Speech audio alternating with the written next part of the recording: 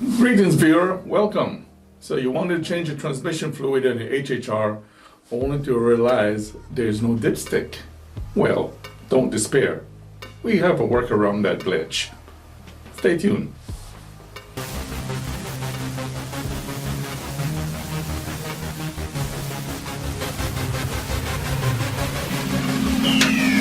Let's take a look at the tools you will need to accomplish this task. You'll need a container to catch the oil in, paper towels or rags to clean up any mess, a pair of ramps to keep the car up even. You don't want to be high-low like this. A long funnel to reach the access hole to fill the transmission fluid.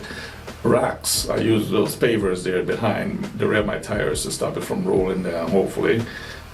Check on your transmission fluid at the auto parts store. It's a very special brand. And make sure you get it for the HHR, not any transmission fluid.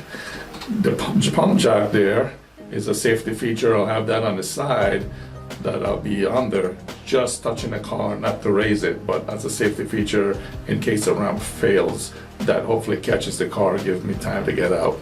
And the socket set, you need about a couple sockets from out there, 7/16. Okay, here we are at the front of the car, so you can get your bearing where we need to be. You're going to need to access the fill cap that's going to be down in the bottom there, about 12 inches down between the oil cap and the battery connection. You're going to have to push the wires aside, and you'll see it down there. It has a little gear, make it in gear design on the cover. Okay, this is what you're going to be looking for, that little bugger right there. That's where you're going to be filling the transmission fluid in to the transmission from the engine block, from the top. So lefty loosey, righty tighty. This is why you're going to need the long funnel, so you can reach that. Okay, you have the car on a ramp evenly. You do not raise up just one side or the other. It'll mess up your fluid level.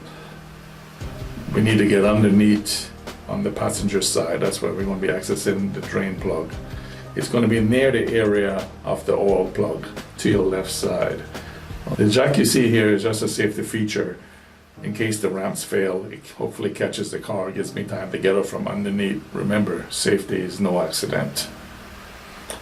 Alright, we're now going underneath the car on the passenger side. It's going to be in the area of the oil plug. So shimmy yourself under there and look up to your left. There's the oil plug. So you can get, this is just so you get your bearing. That's, you look for the oil plug and then look to your left, up a little bit, up diagonal. And that little bugger right there where we're trying to reach, that's the drain plug for the transmission. You're going to remove that. Be careful for any leaks. Watch your face, safety goggles on. We're going to take a 7/16 socket. That's about the only socket we ever use on this whole procedure.